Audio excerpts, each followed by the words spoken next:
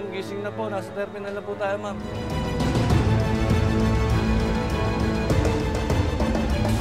Sige! Lumapit kayong dalawa. Saktan niyo pa yung mga kapatid ko at hindi ako magdadalawang isip na labanan kayo. Ang nakaraan sa tadhana. Ganon? Sige. Kahit ayoko man malayo sa inyo, kailangan kong umalis. Oh my God! Ate. Ate Gracia. 会让你抢走我的老公和孩子。哎，我老公就不会喜欢你了。Madam! No, Madam! Madam, please stop! Please, Mom. Please, Mom. I just get this job, Mom, please. Matuloy kaya ang pagpapalayas ng amo kay Monica? O baka naman magbago pa ang ihip ng hangin at hindi pa siya nito tuluyang dismatsyahin? Subaybayan natin ang mga susunod na eksena sa pagpapatuloy ng tadhana. Madam, please! Please, Madam! Madam, please! I'm begging you, Madam! Madam, I'm sorry! Madam, I'm sorry! Please! Please, Madam! Madam, please! Right there, that it is you who wants to leave. Madam, please. Please, Madam, I'll do everything, Madam. Just please change your mind, Madam. No. Write what I am going to tell you.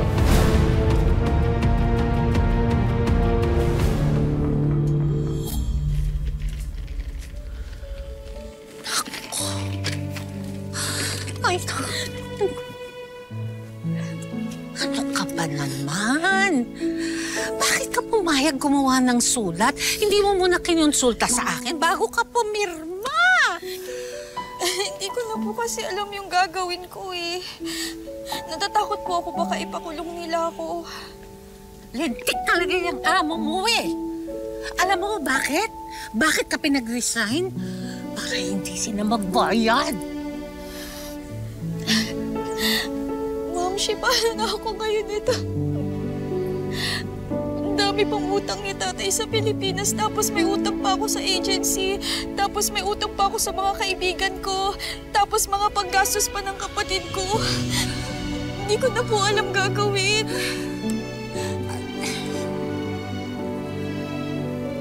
Alam mo kung hindi lang paalis ng Macau ang mga amo ko, i-recommenda kita eh.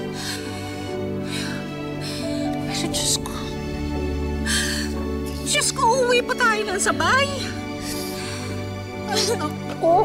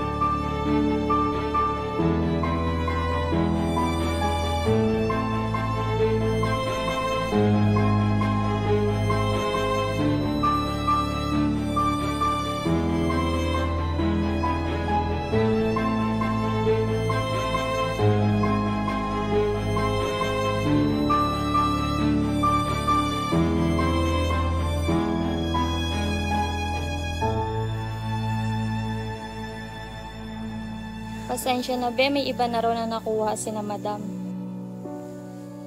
Salamat.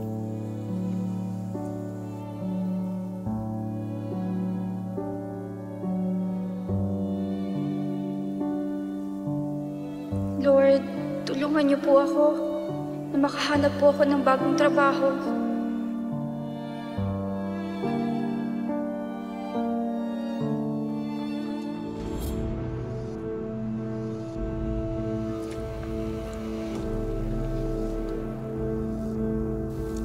Ganyan talaga ang buhay. Minsan minamalas. Ano ka ba naman, Mencho? Alam mo nang ang loob mo kay sister at natin eh. Anong gusto mong sabihin ko, ate? Totoo naman. Ano? desidido ka na talagang uuwi ng Pilipinas. Opo. Wala eh.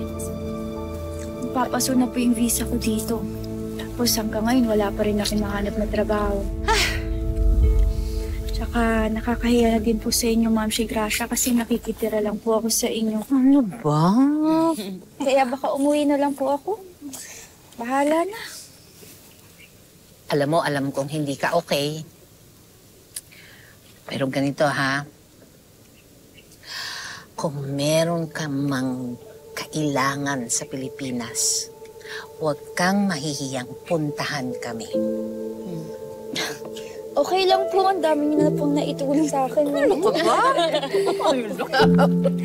Tsaka, natatakot lang po talaga ako kapag nakita po nila ako dun. Kasi panigurado, sisisihin po nila ako. Kasi ni Pisa, wala po akong naiuwi sa kanila.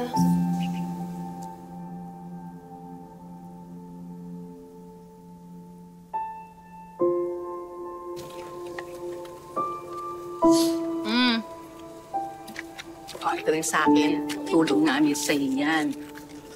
Yan, tulong namin sa iyo yan. Galing sa amin. Ala, okay lang po. Oo, okay. Huwag ka nang mahiya. Okay lang yan. Alam ko rin naman na kung ikaw yung nasa posisyon namin, gagawin mo rin yan. Sino-sino ba naman magtutulungan, di ba? Kundi tayo-tayo lang naman. No, narinig mo yun? Tulong namin sa iyo yan. Kaya tanggapin mo. Ano ba yan? Iyak na yan. Nakaiyak ka. Iyak. Ay, naku! Iwan mo nga kami. Huwag ka lang umiyak. Ano ka ba? Huwag na. Alam mo, ito mamimiss ko. Itong picnic natin ganito. Pero basta, pag nag-birthday ako, iimbitahan ko kayong lahat doon sa Natividad. Punta kayo, ha? Para makakilala ko to sa anak ko, Aline. Ay, talaga naman itong si Ate Gracia. Gumagawa na agad ng paraan para si Monica ang makatuloy ang Aline. Okay lang yun. Guwapo daw si Aline eh. Bagay naman kayo dalawa. Wapo naman talaga. Oo, Gracia. Kumain ka lang dyan. Kumain ka lang dyan. Salamat po.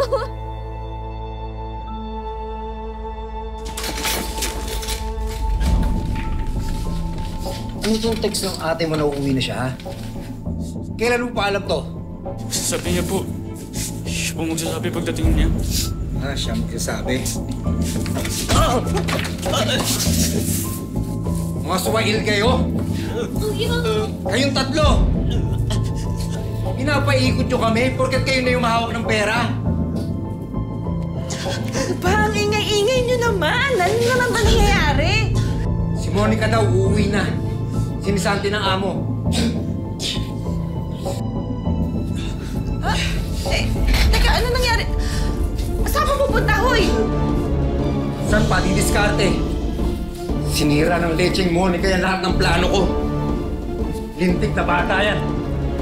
Walang kwenta, walang silbi!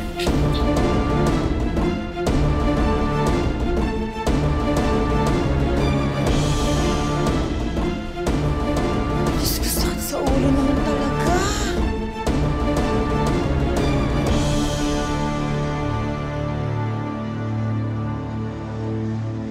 Kaya nga eh.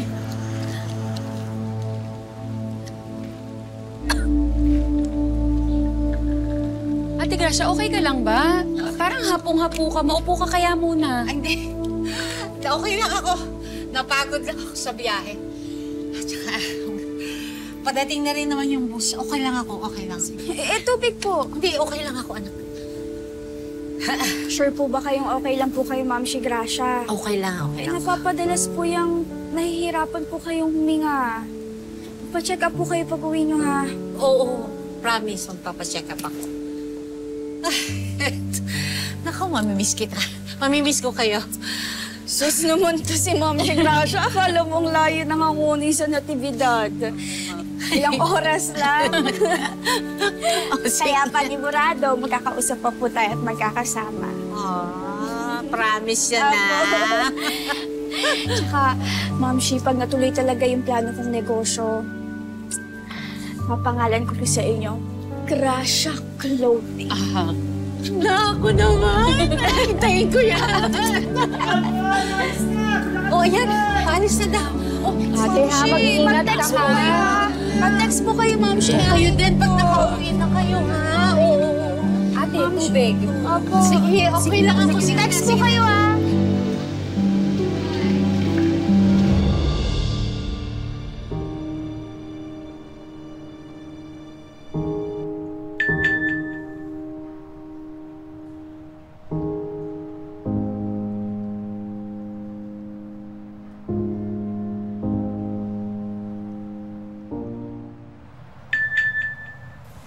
Pre, tignan mo to.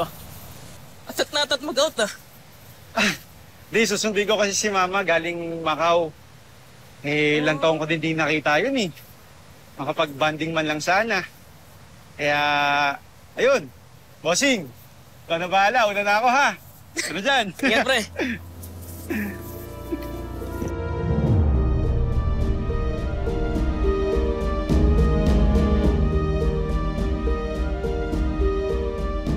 Napagtapos ko na si Aling.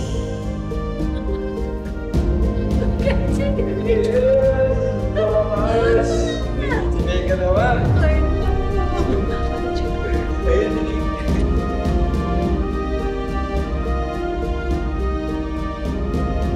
Maayos na ang mga kapatid ko.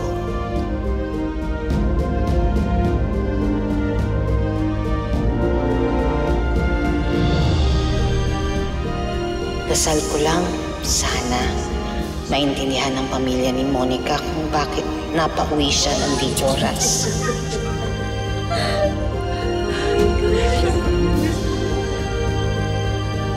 Panginoon, gusto ko pa silang makitang matagumpay.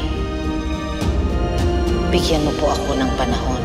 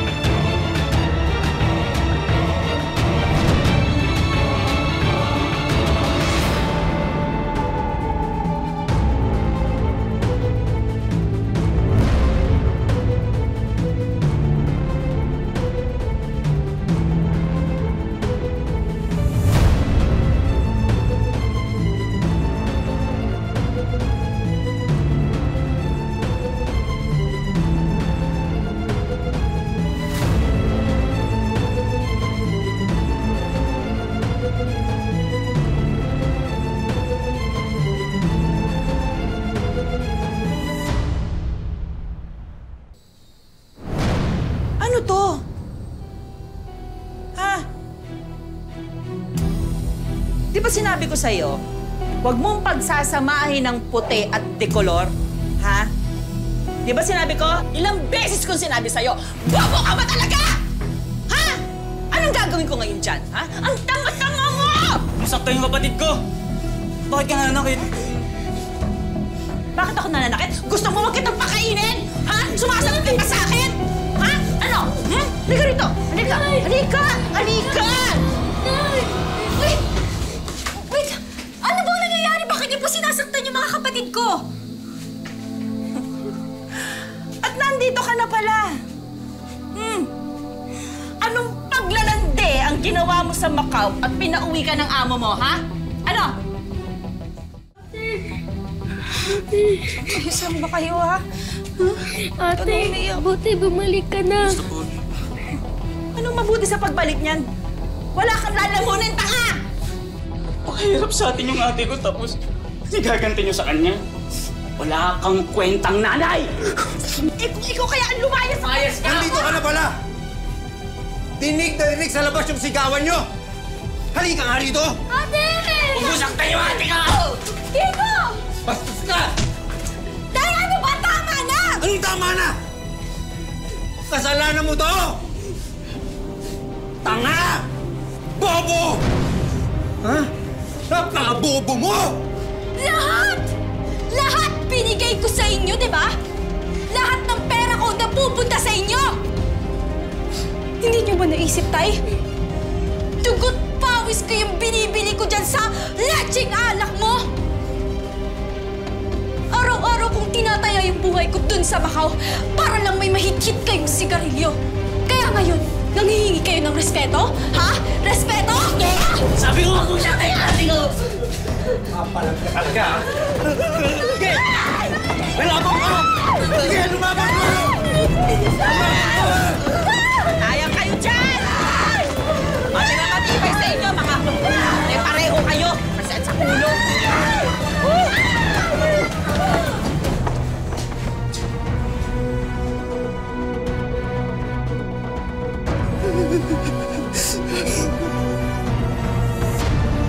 Kay Ma'am si Gracia to, ah. Bakit yun nasa inyo yung wallet at cellphone ni Ma'am si Gracia? Kay Ma'am si Gracia to, ah. Bakit yun nasa inyo yung wallet at cellphone ni Ma'am si Gracia?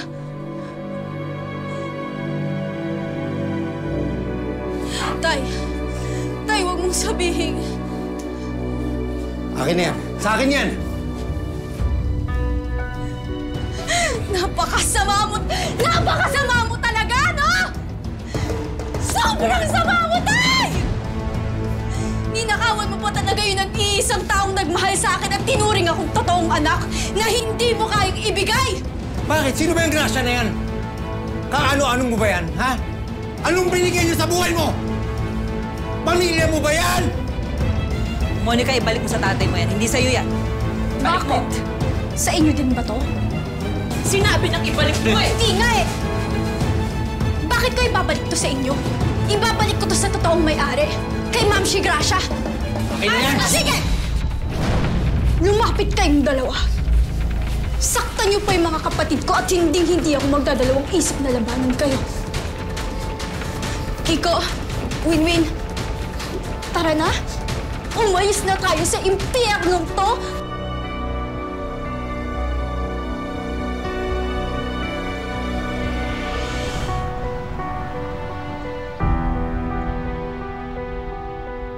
Baba na po! Nasa terminal na po tayo! Baba na po! Baba na po! Nasa terminal na po tayo! Baba na po! Salamat po! Nandun po ba? Terminal na po! Baba na po! Terminal na po! Salamat po! Baba na po tayo! Terminal na po! Terminal! Baba na po! Baba na! Baba na po! Nasa terminal na po tayo! Baba na po! Baba na po! May tao ba dyan? Tagal naman ni Mama.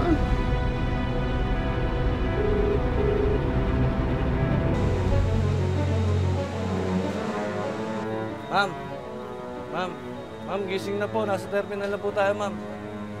Ma'am. Ma'am, mukhang malalim yung tulog niyo, ma'am, ah.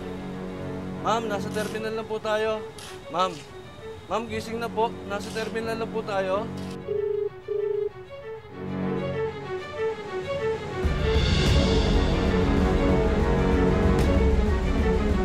May patay na babae! Kulong! Okay na ambulansya!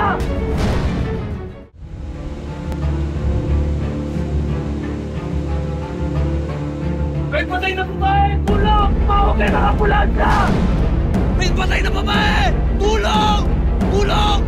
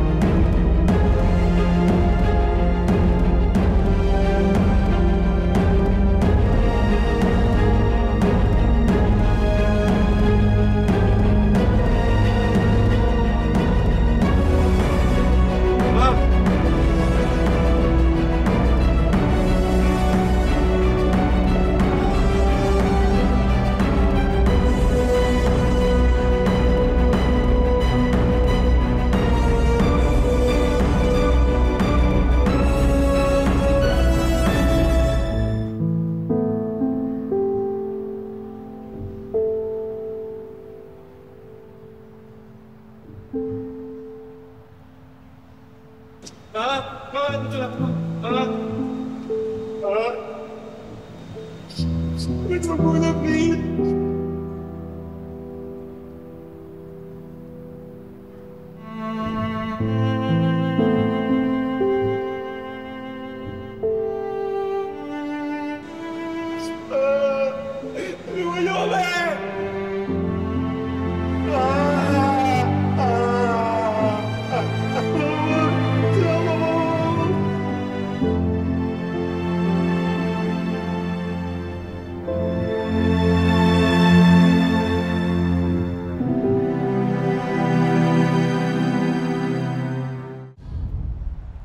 Alam niyo, nakakairita talaga yung nanay-nanayan yung na-addict sa sugal at gluta. Tsaka na din si Mang Kulas. Mga demonyo talaga hindi nagbabago. Kain pa. Alam mo, buti nga nakauwi na talaga ako eh. Sobra na kasi talaga sila. Sabi mo pa. Girl, maraming salamat sa pagpapatuloy sa amin na hayaan mo. Balang araw talaga, babawi ako sa'yo. Ano ba? No worries. Kung mag-alala doon. Tsaka ako lang naman mag-isa dito sa bahay. And I wouldn't mind some company kahit nga forever pa kayo dito. Thank you. Walang kamalay-malay si Monica sa masaklap na sinapit ng kaibigan niya. Paano kaya niya tatanggapin ang balita?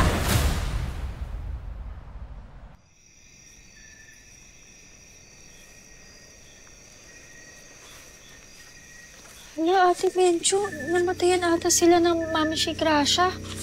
Kaya nga eh. Sino kaya yan? Kaya nga.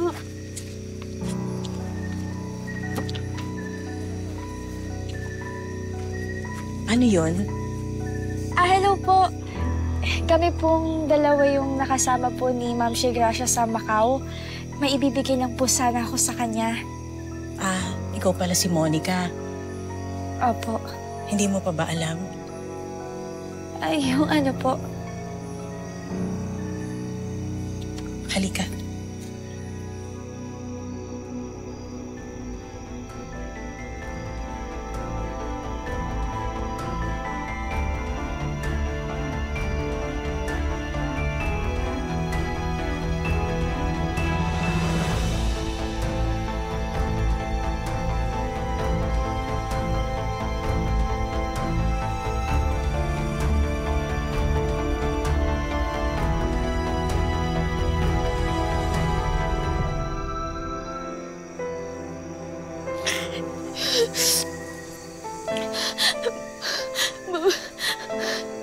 Ma'am Shigrasha.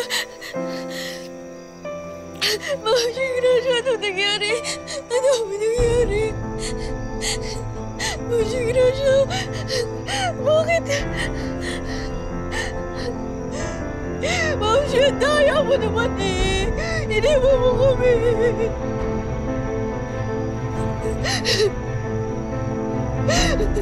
Matagal na siyang may iniinda. Breast cancer. Hindi rin nakatulong sa kanya na minsan mabigat ang trabaho niya sa Macau. Sa edad na rin niya. Tawag siya sa puso. Sa mga panahon na pinapasaya niya ako. Yan pala siya yung may nararamdaman. Tapos siya pala yung may nararamdaman dati.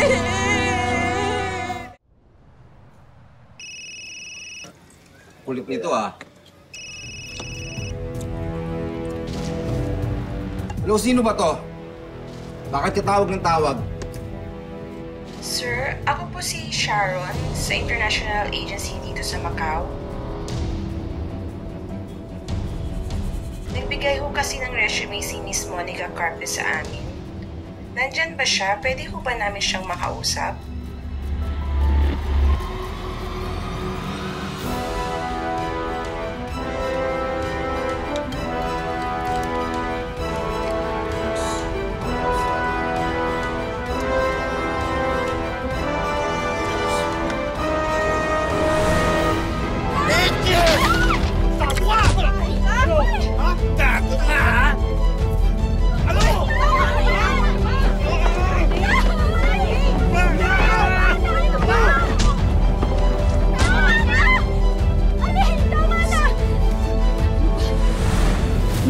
man ang nawala ng kaibigan at kakampi, ano naman kaya ang magandang balita na tila paparating sa buhay ni Monica? Sundan natin ang mas kapanapanibik pang mga eksena sa susunod na Sabado dito lang sa Tadhana. Magandang hapon mga kapuso. Ako po si Marian Rivera. Maraming salamat sa pagsama sa ating istorya sa Tadhana. Nakaka-relate ka ba sa ating mga bida? Nako, i-comment mo na yan para sa iba't ibang kwento na punong-puno ng pag-asa at inspirasyon. Mag-subscribe na sa GMA Public Affairs at YouTube channel. I-click na rin ang bell button para lagi kang updated sa pinakabagong storya ng Tadhana.